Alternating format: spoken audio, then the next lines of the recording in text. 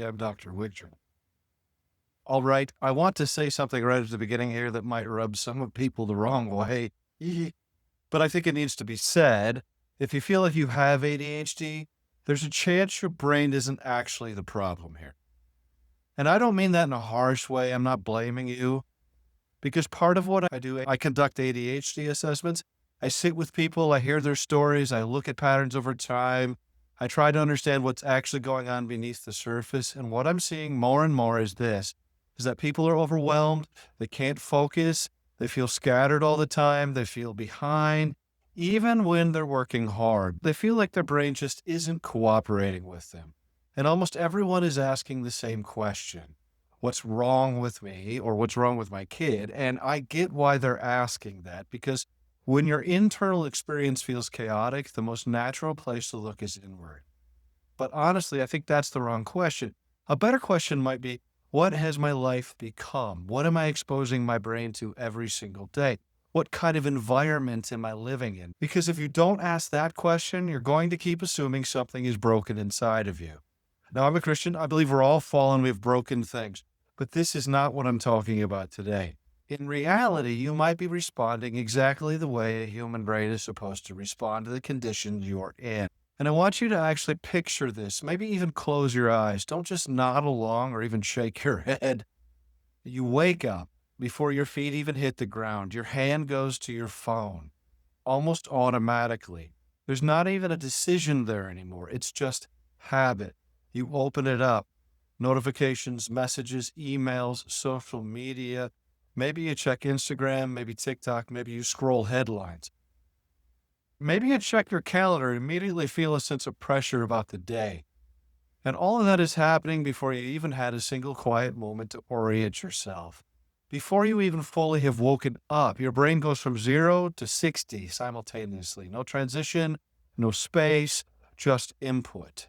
And it's not neutral input either. It's comparison, it's urgency, it's information, it's emotional content, it's other people's lives. You carry all of this into the rest of your day.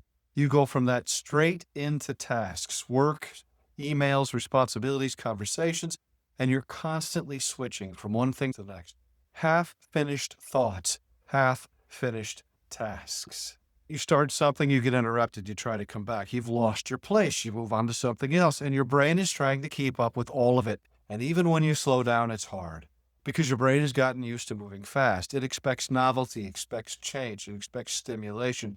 And then you get to the end of that day and you're tired, but instead of actually resting, we reach for more stimulation. We scroll, we watch, we consume, we listen. Because slowing down feels uncomfortable. And then we lay there at night exhausted but wired. And then the next day we wake up and think, why can't I focus?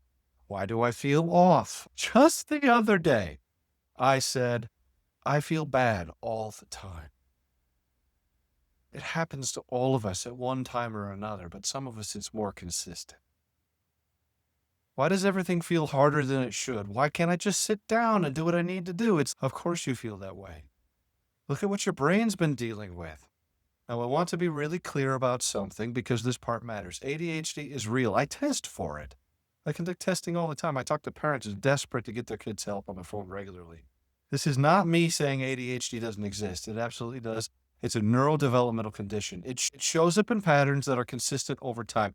Difficulty with sustained attention, executive function challenges, impulsivity, things like that. I diagnose it. I treat it. I work with people who genuinely struggle with it in real ways. So this is not about dismissing ADHD, but it's about adding a layer of clarity that I think is missing right now because we are living at a time where more people than ever feel like they have ADHD, and not all of them do.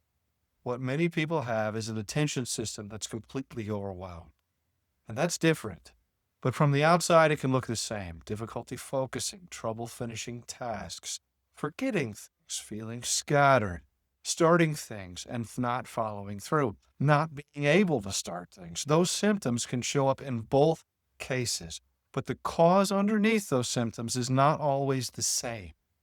And if we don't understand that, if we don't get it, we can end up trying to fix the wrong problem. So let's slow down and really look at what's happening underneath. Your brain runs on dopamine, amongst other things, but dopamine is one of the big ones. Dopamine is what drives motivation. It helps you engage. It helps you initiate tasks and stick with them. It's not just about pleasure, it's about pursuit. But dopamine is also tied to reward. And the modern world has become incredibly efficient at delivering reward constantly. Social media, short form video, notifications, even the way apps are designed. They ask you for permission to let you know when anything happens. They're all built to give you quick hits of novelty. Something new, something interesting, something emotionally engaging over and over and over again. And your brain adapts to that. That's what it does. It learns this is normal. This is the level of stimulation I should expect. And once that baseline shifts, everything else feels different. So now when you sit down to do something slower, something that requires effort, something that doesn't immediately reward you, your brain resists. My kids and I have this conversation all the time. They say, I'm bored. And I say, well, that's really good for your brain. And they hate it when I say that, but it's true. They don't need stimulation all the time. They don't need to be entertained every second. It's bad for them. Your brain resists these things, not because you're lazy, not because you lack discipline, but because your brain has been conditioned to expect something else. Reading a book feels harder. Studying feels harder. Deep work feels harder. Even prayer can feel harder. And people experience that resistance and think, something is wrong with me. There's something wrong with me, but it's not this. But what if nothing is wrong with you in that way? What if your brain is doing exactly what it's been trained to do? This is part of what I really want you to sit with. Your brain might not be broken. It might just be overstimulated, and those are not the same thing. If your brain is broken, you feel stuck. It feels like something is fundamentally wrong, and there's nothing you can do about it. But if your brain is overstimulated, that means it has adapted to an environment. And if it can adapt in one direction, it can adapt back. But that requires a change in environment. Let me give you a way to think about this. If you walked into a room where music was blasting, lights were flashing, people were talking loudly over each other, and then someone asked you to sit down and read quietly, you would struggle. Not because you're incapable, but because your environment is overwhelming system. Now imagine that instead of that being one room, that's just your life. It's more subtle. It's not as obvious, but it's constant. And then we expect our brains to just perform, to focus, to sustain attention, to be calm. It doesn't work like that. And I think there's another layer here that goes deeper than just brain chemistry. There's something spiritual happening too. We've built lives that are full of noise and almost completely empty of stillness. And I don't think we fully understand what that's doing to us, because stillness is not just optional. It's part of how we were designed. There's a reason Scripture says, be still and know that I am God. That's not just a nice phrase. That's an instruction. It's an invitation into a different way of being. John Mark Comer, anyone. But we don't live that way. We fill every gap. Every moment of potential silence gets replaced with something. I do this in my own life. It's so convicting. Driving, turn on some music. Waiting in line, pull out your phone. Sitting alone, scroll. At the doctor's office, pull out your phone and do all of it at once. We don't just avoid boredom, we avoid stillness. And over time, that changes us. It makes us harder to be present. It makes it harder to be present, harder to think deeply, harder to pray, harder to connect with others, because we've trained ourselves to constantly move. And then we wonder why we feel restless, why we feel disconnected, why our minds feel scattered, even when nothing is happening. It's because we've lost the ability to just. So the question becomes, what do you actually do with this? Because understanding is one thing and living differently is another. And I don't think the answer is to completely overhaul your life overnight. You won't follow through if you do. But I do think small intentional shifts can start to change things. So let me walk through a few of those. And I want you to hear those not as rules, but as invitations, as places to experiment. First, try not touching your phone for the first 30 minutes of your day. Just notice what that feels like. Notice the urge to reach for it. Notice how automatic that habit is. And then notice what it's like to not immediately flood your brain with input. To be present in your own thoughts before stepping into everything else. Maybe go for a walk first thing in the morning. Notice the birds. Pay attention to what you're eating. This isn't about perfection, but your brain needs real fuel. If you're constantly spiking your energy and then crashing, that's going to affect your ability to focus. Third, move your body. Your brain is not separate from your body. Movement helps regulate your system. It helps with mood, attention, and clarity. It doesn't have to be intense. It just has to be consistent.